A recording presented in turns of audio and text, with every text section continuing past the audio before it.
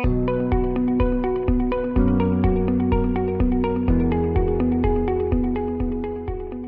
everybody, and welcome to the Outsourcing Oasis podcast. This week on our panel, we have David Hemet. Hey, nice to be here again. I'm Charles Max Wood from devchat.tv, and this week we're talking to Don, is it Gregori? Perfect. Resolve Digital helps build, optimize, and maintain e-commerce, SaaS, and other products built on Ruby on Rails. They can help build new applications from scratch, rescue projects in bad shape, provide ongoing development and maintenance for existing projects, augment your existing team with experienced Rails developers.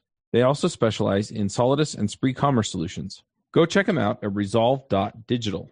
Do you want to just introduce yourself, let people know who you are, why you're cool, all that stuff? Sure, I'll take the first part of that question. My name is Don Gregori. I'm Chief Operating Officer of First Factory, which is a software development company. Near shore, we have a team in the U.S., and our main presence is in Heredia, Costa Rica, where we have over 100 developers. I've been with them for 3 years in this capacity, and prior to that, I was a customer of theirs for 8 years.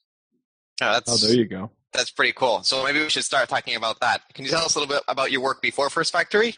Sure. I spent 18 years at Kaplan Test Prep and Admissions in a number of capacities, working in the field, in academics, marketing, operations, and then ultimately, when I was in a national capacity, really looking at the software that our teams used on a day-to-day basis to, book teachers, book classrooms. And when things move from the bricks and mortar structure of specific neighborhoods to online resources, online classes, and the tools that we had to kind of manage the business were just out of date. And some employees and I put together just some, low fidelity, clickable prototypes of how we thought systems should evolve. And eventually the executives sort of said, okay, go build it. Gave me a little bit of funding to kind of build a real prototype. And then from there, sort of became in charge of building all of the custom staff applications. And as I did that, I didn't have a background in technology. I'm not a developer, but I sort of understand the user experience, spent time really mapping, user stories, journey maps, understanding what some of the best service companies in the industry were doing to figure out the needs. And it was a sort of natural progression to kind of becoming a product owner. And I had said to my CTO at the time that I'd really like to work with a vendor who has patience for me, who may also kind of be separate from the big core of developers that we were using, because I knew priorities would be pulled. And Jason and I actually happened to go to high school together. And Jason is the founder and CEO of First Factory. He was a software developer, wrote 5 or 6 books on software development. And he began managing teams at a company he was working for that were international. And he eventually said, I think I can do this on my own, started his own shop 20 years ago, and then opened up in Costa Rica almost 14 years ago. And we had lost touch from high school for about 20 years. And we just happened to connect on Facebook that week, the week that I was looking at evaluating software developers. And we had a meeting, and I thought he was a great, sort of boutique shop. It was a small shop at the time. I knew from experience he'd have some patience with me. And, we vetted him through the organization, and he and First Factory became a partner. At one point, I had 8 or 9 developers, the First Factory team working on my projects. And we had them working in other places as well. And it migrated from, these custom staff applications to then I also became product owner of the marketing site, many stakeholders there for, graduate school admissions, et cetera. And we did some work with them on, the sort of marketing pages as well. So it was a great, intro into it. It was really like me having training wheels, which was terrific. And I was really able to understand how to bridge the gap between, what someone wants out of an interface and how, the developers build it, what requirements they need, all the edge cases for testing and, figuring out the unhappy path up front. So you have better products and better velocity going through. So I moved from New York about 3 years ago. And as I was moving from New York to Florida to kind of chase the flip-flop, lifestyle, both physically and mentally, I was thinking of a change. And Jason and I just had a conversation and said now might be the right time to make some things happen. Very cool. So you said something that's happened to me a lot of times, just you happened to run into him that week on, you said Facebook, I think. I was just having a conversation yesterday about how we've acquired customers or partners, or even like this show that we're producing, right? I think Charles and we must have met like probably 3 or 4 years ago at a conference. Yep. And then I was on one of his shows once, and then we just happened to have a conversation at one point, and I just brought up the idea, hey, I think I'd be interested in running a show about outsourcing at some point. And 2 weeks later, we were we were starting it up, and it's just that building long-term relationships, and you never know, who you're going to run into that you might end up working with later.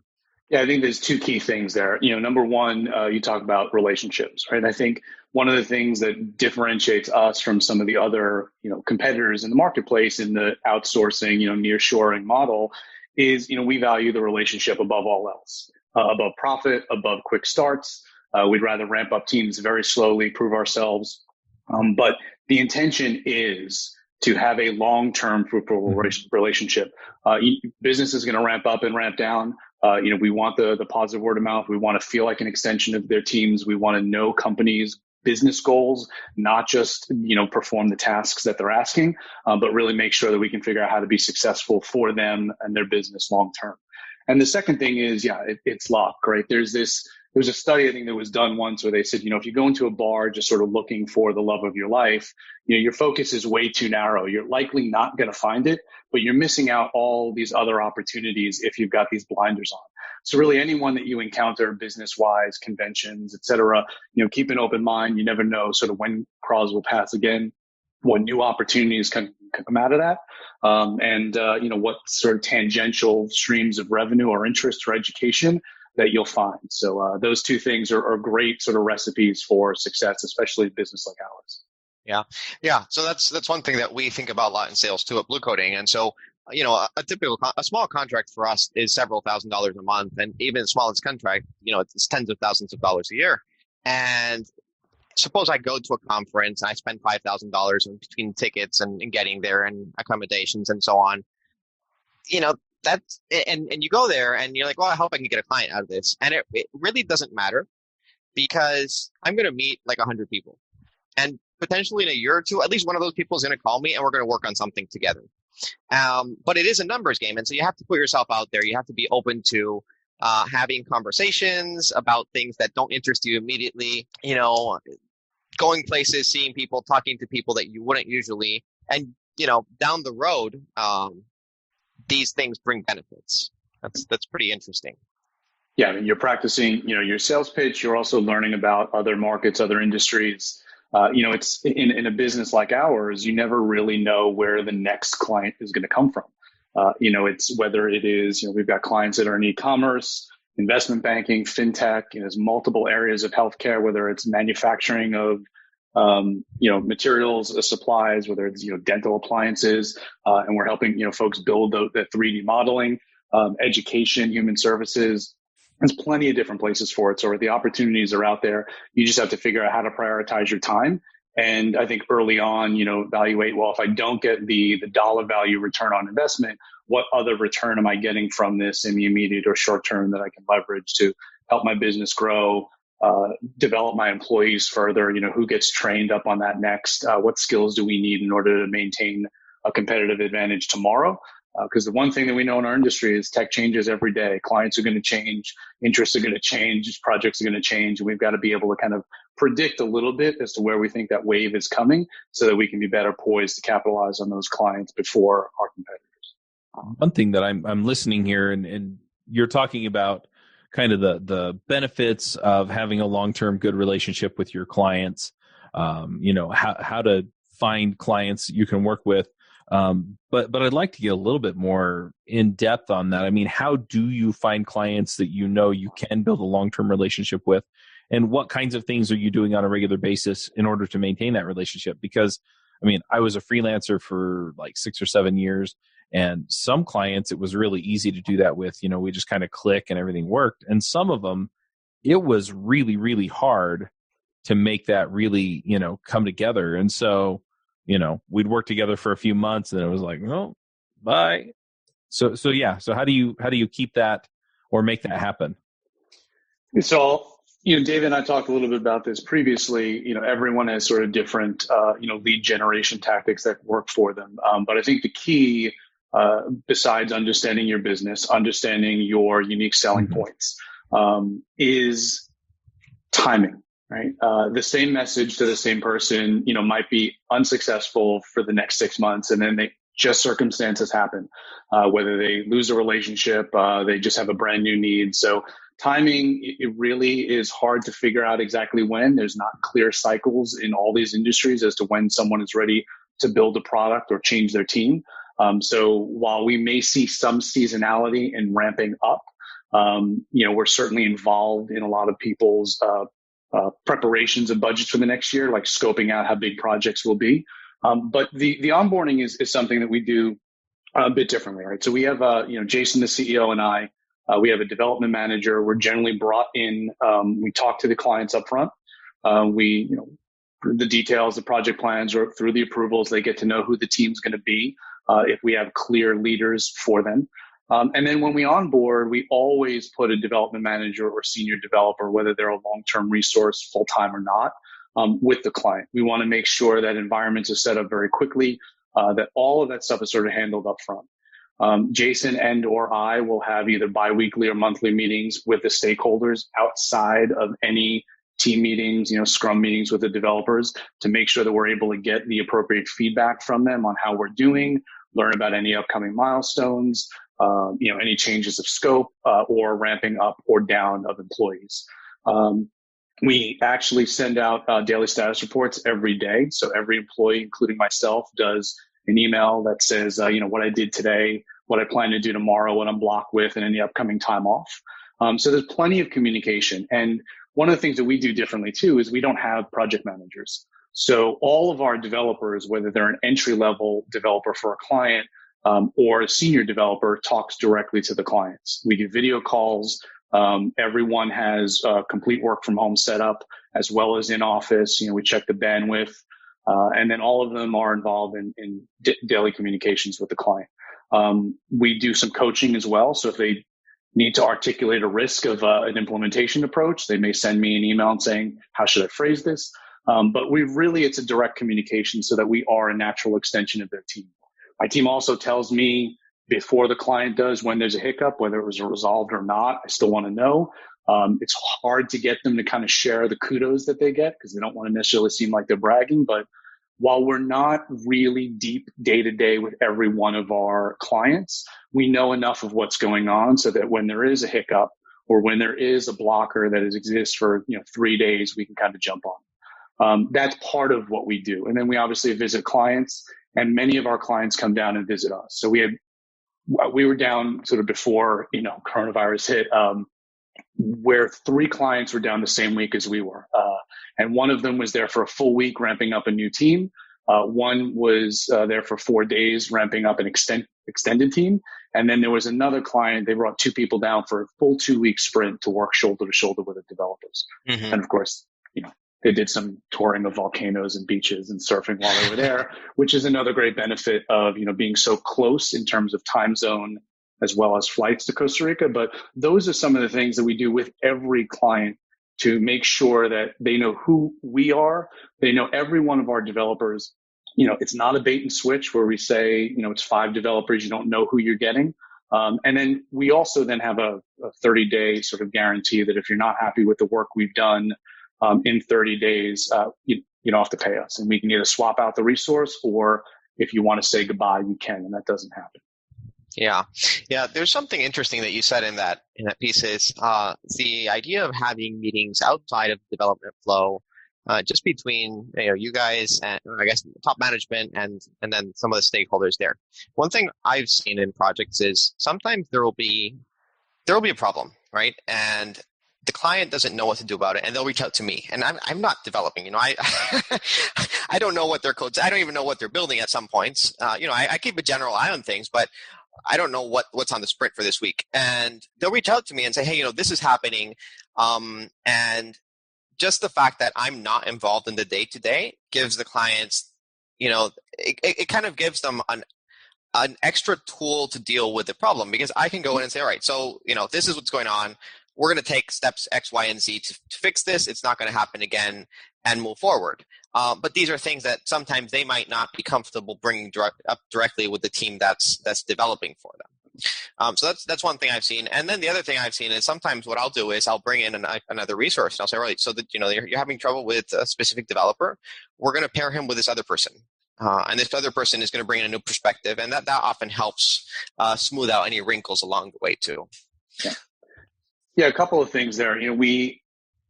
If a team does not have a designated full-time tech lead, team lead, which some of the smaller projects don't, we have a development manager, associate development manager, kind of oversee those teams. They run one-on-one meetings with the developers to give them feedback, so they're constantly getting coaching.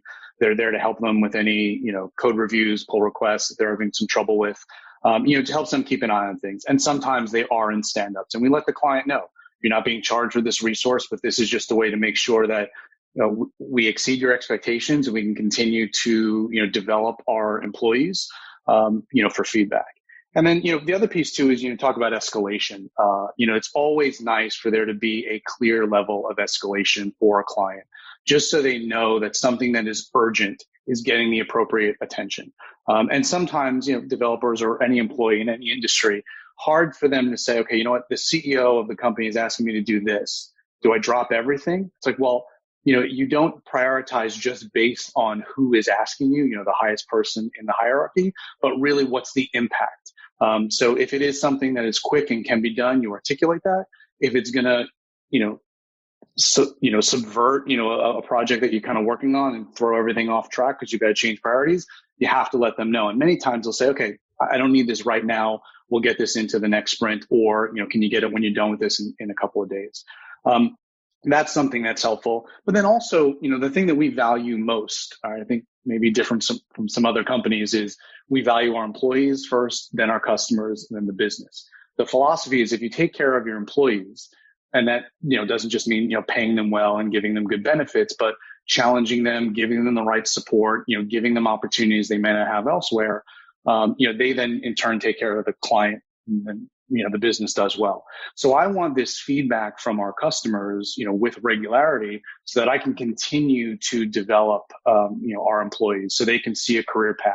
They can see when they're doing well. They can see when they're stumbling and they may need some help and need some personal sort of remediation. And that's something that we don't get if we don't have those interactions with our customers. Yeah.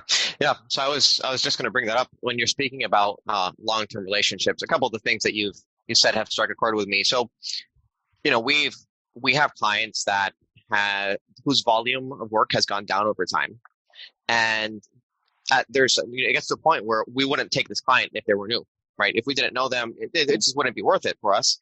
But we're more than happy to continue to provide support as needed to somebody that we did some work with in the past, because we value the relationship with them. And that's what it often comes down to, is that sometimes there are moments in the relationship, both on the client side and on your side, where we need to make some sacrifices. And those sacrifices could be, let's do this thing that's a little bit inconvenient for us, or this is out of the scope of what we generally do. There's always a client that wants a WordPress thing that we don't want to deal with, but we're doing some other work for you, so we're happy to do it.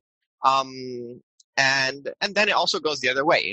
There's times when maybe the client doesn't need that much work, but they want to keep the developers that they have on board and busy, and so they're gonna pull up the budget for that. And then it's the same with the team, right?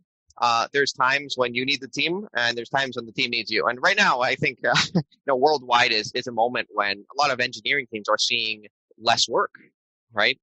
And now the question is, well, are you going to try to keep these guys busy on board? Are you going to pull up some internal projects that you have and try to keep your team employed? Or are you going to treat them as if they were just, cogs in the machine? Right. Yeah. I think two things. I'll go back to something that Charles said earlier, just Charles, about clients that may not work out or so. We're very honest and upfront in the vetting process, right? I mean, we're not the cheapest, nearshore software company that's out there. We're not the most expensive, right? So we don't really do a lot of work that is just, ticket support, kind of gets sent over the fence and, on an application that was built 10 years ago using technology that was 15 years old, right? So it is about the right match and really being upfront with the clients about, yes, we have a depth of resources in this particular area that can serve you well. Here's how we would do it. You kind of know early on, if a client is also going to be difficult, and you have to sort of address, can you get ahead of those issues before the project gets started?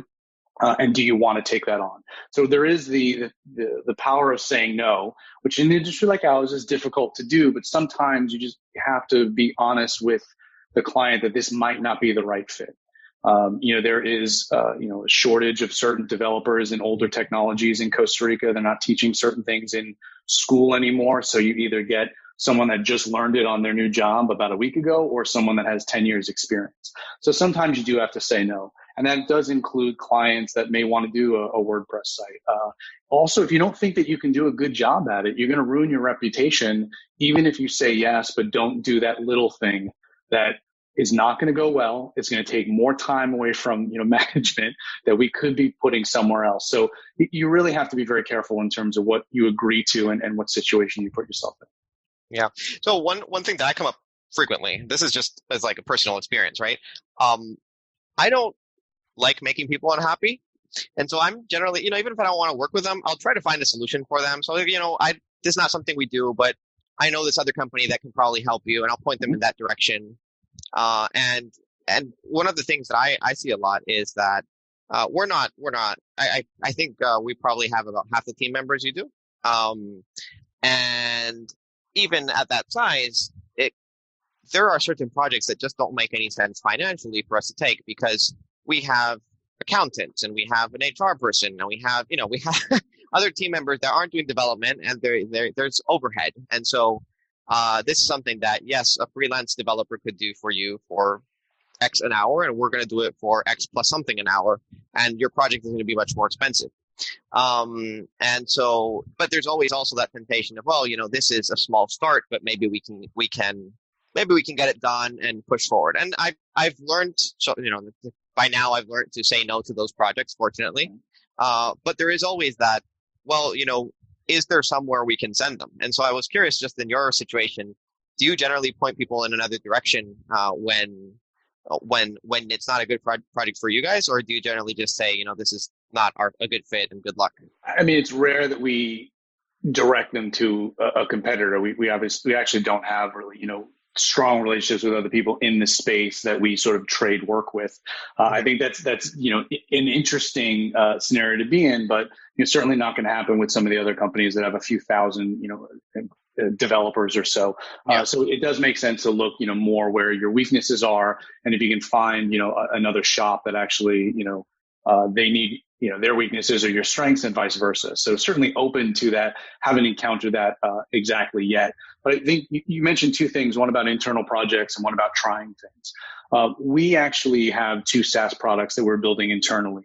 But everything that we do outside of client work, we really look at through multiple lenses, right? Can we get more than one benefit, right? It's the win-win-win of an outcome. So we're building things that replace manual work on our end, right? So it's time savings, data accuracy, right? It addresses an internal need, but we're building these tools with new technologies that prospective clients are asking us about. So it trains up our developers that are currently not committed to client projects to get more practical application in these technologies that they either know or that they're learning, whether it's GraphQL and Node.js and Lambda functions.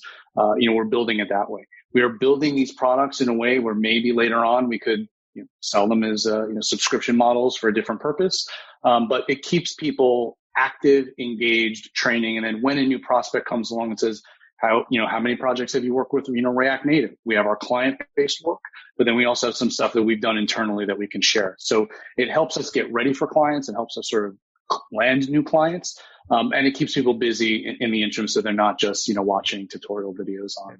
They're also the ultimate portfolio projects, because you can show everything from start to finish of them, right?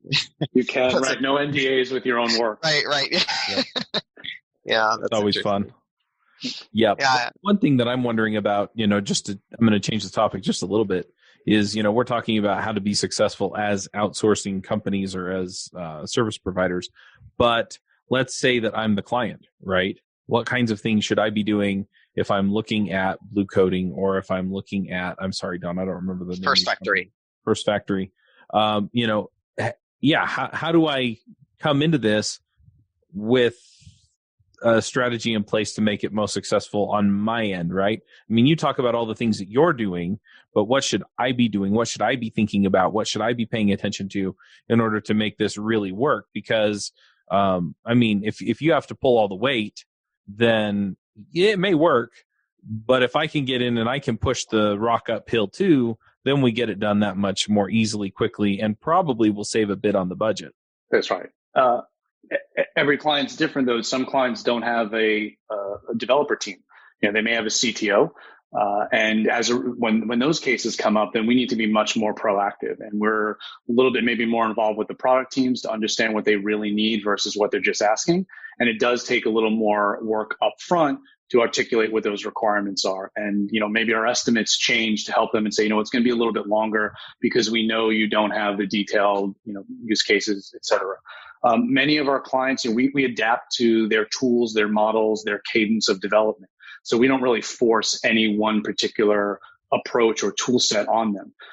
That helps them. And then, we have experience with many of them. So if they're not leveraging, a ticket system like Jira effectively with use cases and tying it in, we'll give them feedback on that. I think the real key and the real failures in relationships is the communication, right? It's the communication that builds the trust, and the trust then is that strong bond that creates a great relationship. So we'll talk up front about, what those issues are, who they need to bring to the table. We talk about turnaround time for, requirements, access. What do we do if there is a blocker? Who's managing deployments? Can we schedule those so that we can launch and love and not just launch on a Friday evening and then, things go wrong on the weekends and no one's available? A lot of it really is a little bit more about the rules of engagement upfront to figure out what part of that burden of the relationship falls on the client and which to ours. If we need to shoulder most of the burden, we'll do that, but it's much better if the client is driving the product that is achieving their business goals. And that's also where Jason and I can come in, where the developers can't, is, we've managed businesses, we've managed building products. I've been involved with teams of, 45 people that need to be involved in building a product and can talk about some of those pitfalls if a client doesn't have that. Are you stuck at home climbing the walls when you should be hanging out with the community at the latest conference to get canceled? Are you wondering where to hear your JavaScript heroes like Amy Knight and Douglas Crockford and Chris Heilman? After the cancellations, I decided to put on a JavaScript conference for you, online. I invited my favorite folks from around the web and got them to come speak at an online event just for you. Go to jsremoteconf.com and check out our speakers and schedule. The conference is on May 14th and 15th. The call for proposals is open until March 31st. Come join us at an online conference that we guarantee will keep you safe and keep you informed. jsremoteconf.com. We do have other clients that are Fortune 500 companies that we're dealing with 3 different locations and like 4 or 5 different teams. There's a lot of red tape. For us, it's a bit frustrating because we're used to kind of moving very quickly. And we just want to make sure that we're still providing the value that they expect because it's less velocity than we're used to. And that's a place where we probably reach out a little bit more to the senior stakeholders to make sure that they're getting the information they need to make those decisions. And if there is a gap in knowledge or expectations, then we kind of jump in right away. But it depends on the structure of the team, who they have. Do they have people that are doing code reviews in their deployments or not? And a lot of times, we want clients, certainly ones that deal with their sensitive information, sensitive client information, to sort of manage the production, releases and their databases. But, in other cases, we work together to figure out, which side of the equation we're on in terms of push or pull. Yeah. So that's, I think I have maybe a little bit of a different perspective. One thing that I think I mentioned before in one of the previous episodes is one of the sides at least has to make a big effort so that the relationship works. What I mean by that is, suppose you're a client that's really new to software development. You don't know what the hell's going on. You just say, I want an app, build me an app.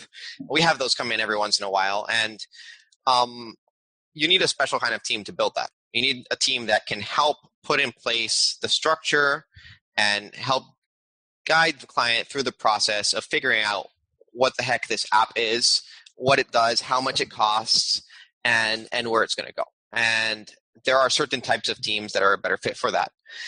There's other types of teams that are better for, at least when we're talking about blue coding, we do staffing. I can't deal with, on the staffing side, we can't have clients that don't know what they're doing, because we're going to send them a developer and they're going to have a bad time, right? And so, in our case, for example, Forest Factory would be a good client for us because you guys know what you're doing, right? And so you can integrate a developer into your, or development, a group of developers into your team, and you have a management structure around it and you have a process around it. And so I think it depends on when we're talking about outsourcing partners, depending on the outsourcing partner you pick and what their specialty is, you're going to get a different level of accommodating that process of teaching the client how to go through this process. What I'm hearing from you is interesting. You're saying, well, it depends on the client. We'll do it one way or another. And some clients need more education than others. And I agree with that. At Resolve Digital, which is our other company, we have that too. We'll have some clients that they've been doing this for 20 years. They can hold a very good conversation with us, and they just need people who go and come back in a week and say, this is done and let's continue the conversation. And we have other clients that we need to teach them how to write user stories. And so it's a mix. But I think that, this is the other scenario. The other scenario is, if you as a client understand what you're doing, then you get your pick, right? And you can pick a company that will do just the very basic and give you a developer, or a full service company that will do everything from help you define what your product is all the way to building it and testing and maintaining it. And so I think, if to answer Charles's question, as a client, who I pick as a partner is going to depend in a good measure on what my experience is in software development. If I've done no software development in the past, let me pick a company that's going to walk me through that process, is going to help me get educated and understand the pitfalls and the challenges and all of that. And it's going to be more expensive, most likely, right? And there's going to be a lot of time spent not on development, but on conversations around what should and shouldn't be built and why this is a terrible idea. However, if I'm a much more experienced client, either I have an in-house team, or at least I have a really good CTO, then maybe you can go with the less expensive options. Sounds more complicated than I initially thought. Yeah, Charles, it also depends on if a client is choosing the staff augmentation model, right, or a project-based. Yeah. 80% of our work or more is staff augmentation. So that really is about integrating teams with the client's staff, whether that's developers or product people or designers. We have plenty of times where we're, on screen shares with designers for a couple hours a day, iterating and figure things out. Project-based is different, right? We then do add some time in there for project management and QA, and oftentimes a little bit of research and development. We're currently working with a sort of global live sports brand. And before we get to the development work, we're kind of looking to see, do the design work on mobile and web, and looking what other direct competitors of theirs, but also sort of live sports events are doing out there to kind of help them refine the product a little bit. That'll help them figure out what their needs are, what talent they need to bring internally to the table in order to be successful. But those are things we're happy to do, but it really depends on the type of engagement. Yeah. And it depends a lot on, who's on the client side, what industry they're in, and what kind of team they have. Do you guys tend to work with larger companies, smaller companies? What's your preference? All of them. All of them. It's like an investment portfolio, right? We love the diversity of small clients, mid clients, larger ones. We like them in different industries, right? So if one industry is hit hard by economic factor, or one regional area is hit hard, we have other clients that we can count on, so that if a client does shrink or needs to cut purely for purely for reasons outside of the development, right? Purely financial, or they've got to shut their business down for global pandemic reasons, right? Right, exactly.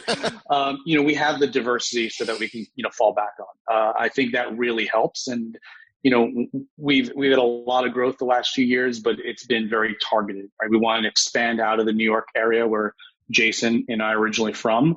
And with more of us here, we can kind of support clients in different places. So we have clients in California, and we've had some in Europe before, but all over, all different industries. I like the diversity. I really don't like keeping a developer, one or two people on a client too long term.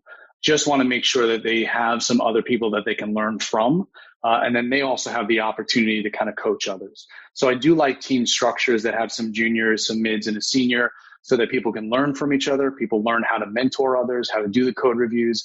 And then when a mid-level developer is ready to be promoted to a senior and take on a new team, there's someone already on that team that can kind of step into that role. And then we hire sort of another junior from there. So I'm always looking at, the skills that the employees currently have, what deficiencies they have at the moment, where can we train them on? And if they do have an interest in going to a different, tech stack altogether, how can we kind of get them there?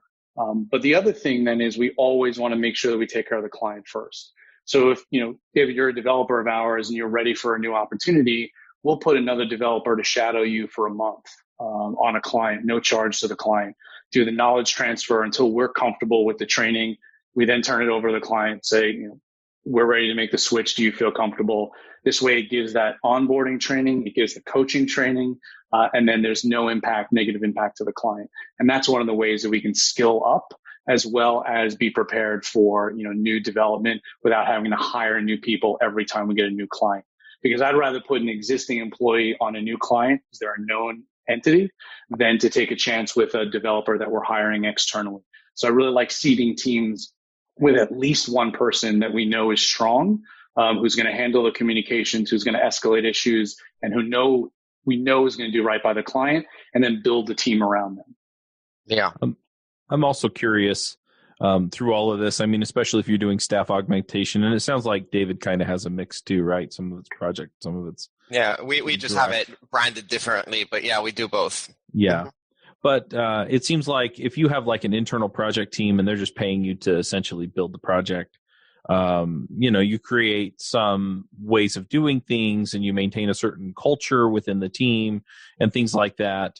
I'm curious how much you disseminate that within your companies, and then how you help the developers fit into the culture of wherever they're working, like if they're staff augmentation in particular, and how those blend.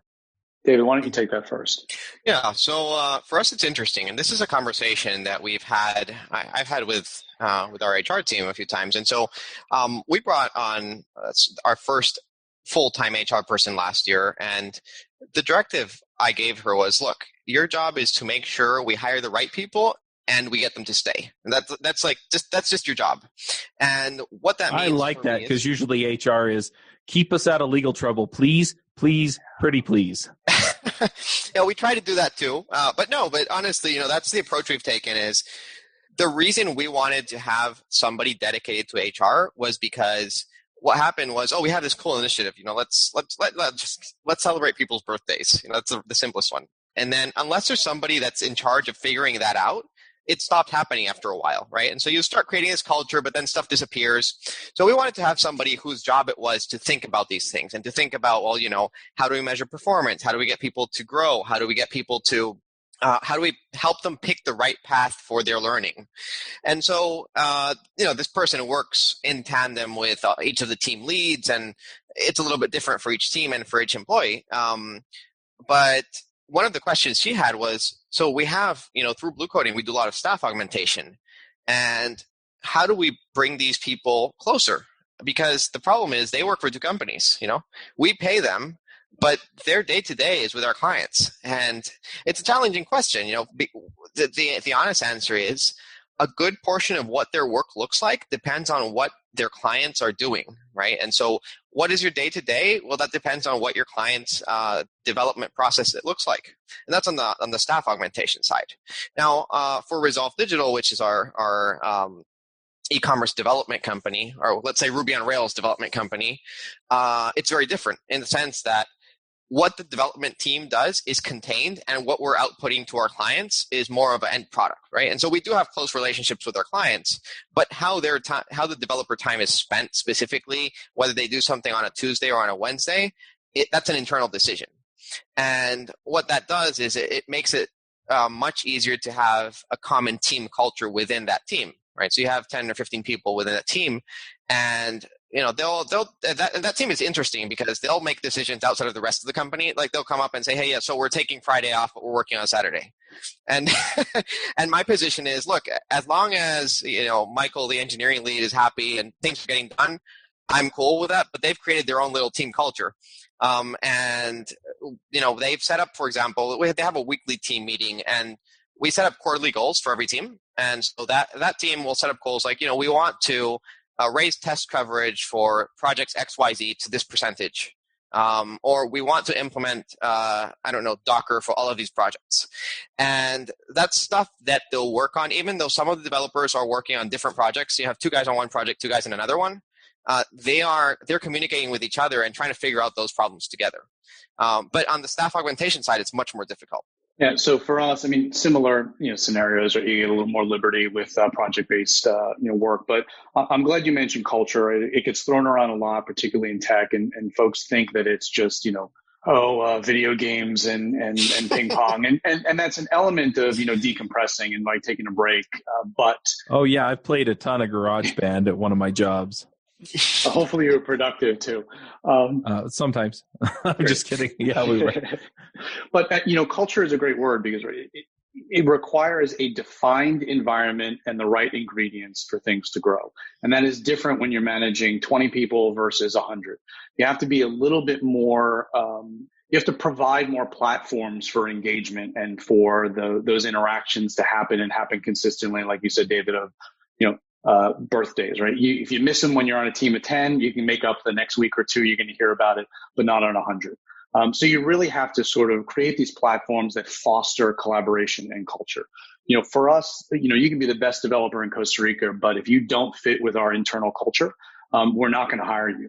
And it goes further. There's a selection process of, spoken and written English, a tech call, in-person interviews with our teams, no management.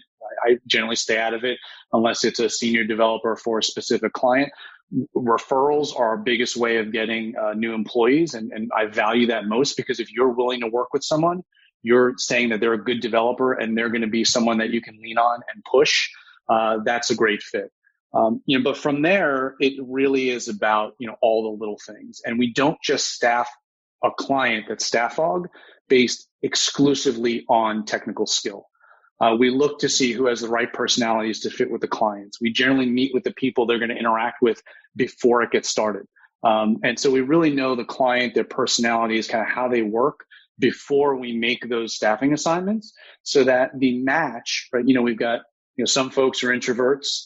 We want to make sure that they still get their ideas expressed and that they're asking the questions they need.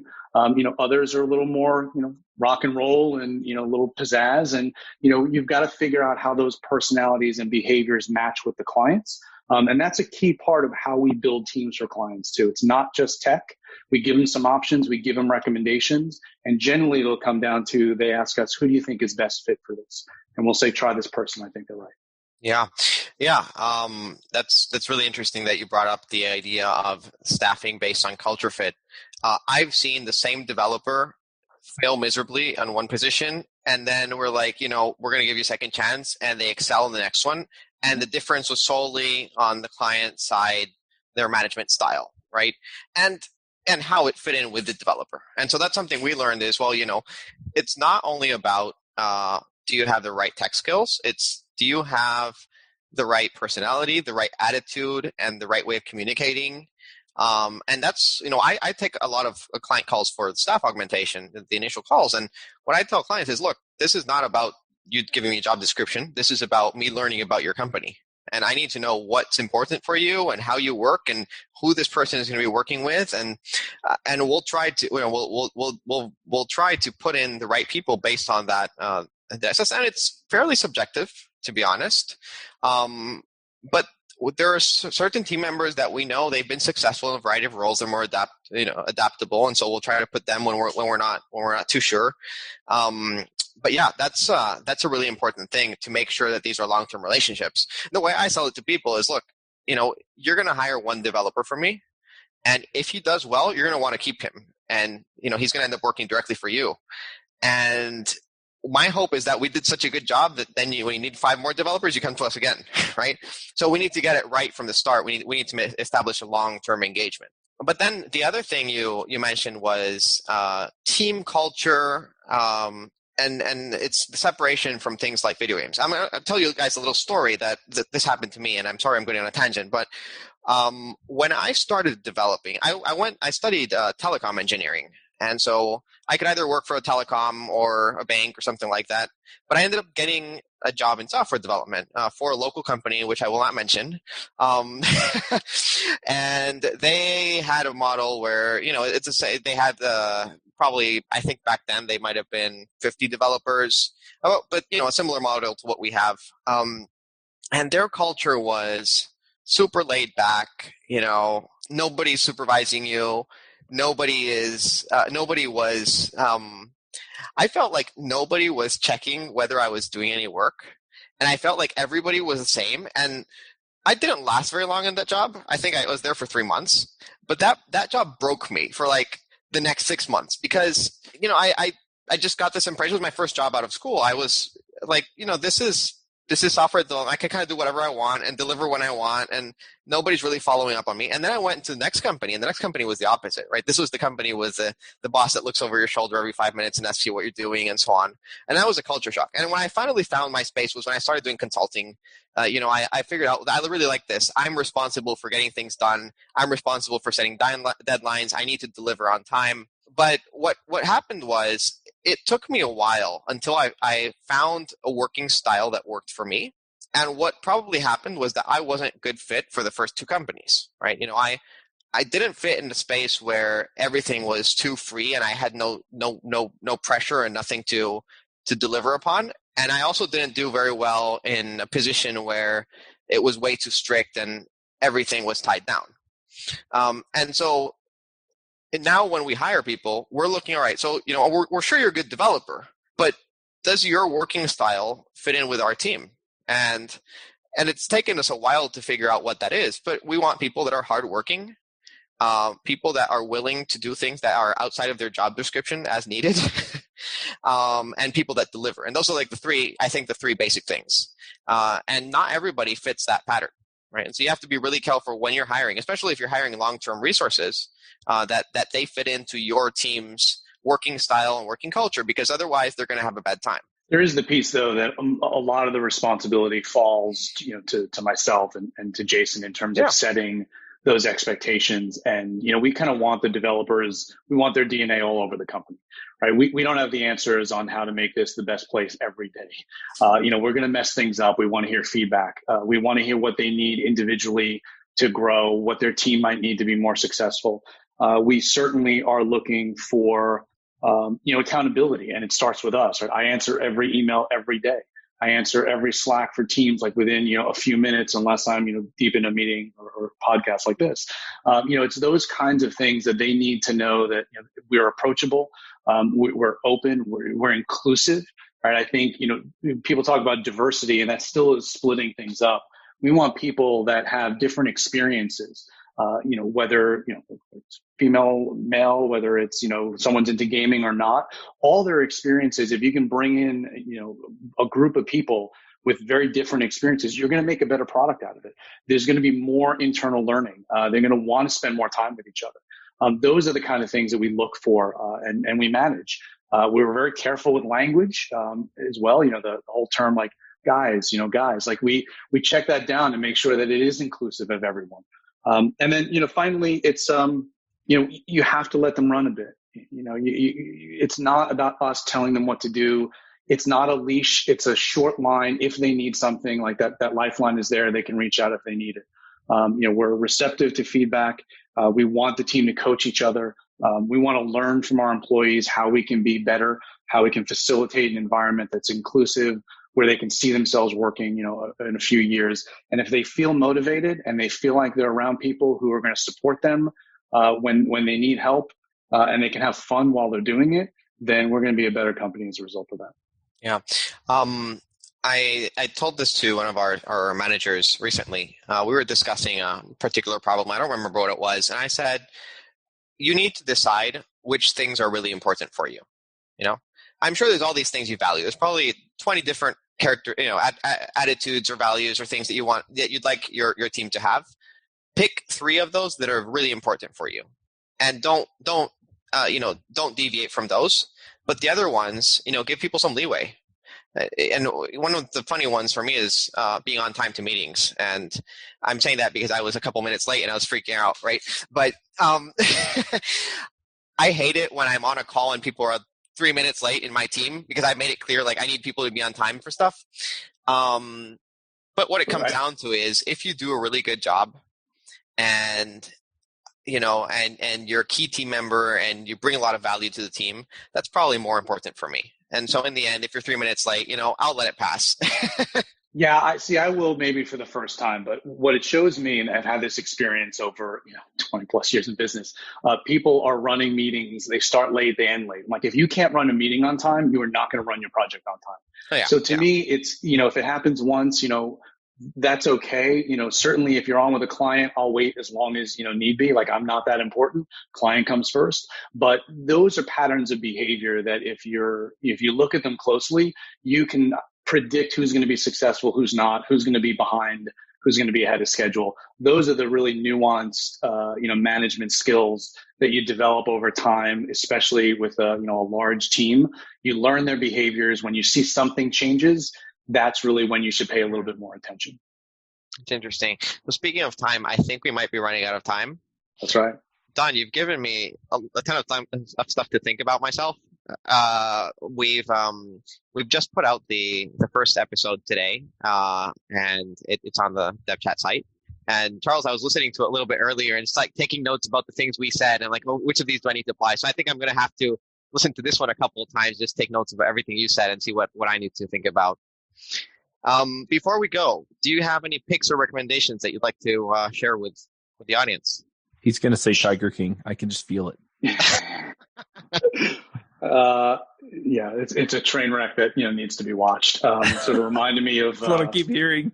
Yeah, but anyway, one of the things from a design and product building perspective, there's a website called UXPin, PIN, that I've used. They got a lot of good white papers as well. So whether you're a designer, a developer, or a product owner, it really helps with some decision making, implementation, some trends. But I love my Flipboard. I like bringing in resources from many different areas. Right, I think knowledge, creativity, industry knowledge is transferable from industry to industry. So I watch masterclass and listen to people on journalism and running an advertising agency. I like to listen to biographies of stories of how people built things. NPR is How I Built This is a great episode. So I look at it really from, I think the individuals making decisions at business, and I learn a lot from those different resources. So there's a few for you. Very cool. Charles, nice. I'll let you do the exit. I think we've determined I'm no good at intros or exits. No, it's all good. Don, if people want to find you or First Factory or anything else, where do they find you? Firstfactory.com. Well, that's easy. Are you on Twitter or anything else? Yeah, we're on Instagram, YouTube. All those are linked from our website too. All right, good deal. Thank you so much for the opportunity to chat today, gentlemen. This is great. Thank you. Appreciate it. All right. We'll go ahead and wrap up. And until next time, max out, everybody. Bandwidth for this segment is provided by CacheFly, the world's fastest CDN. Deliver your content fast with CacheFly. Visit CACHEFLY.com to learn more.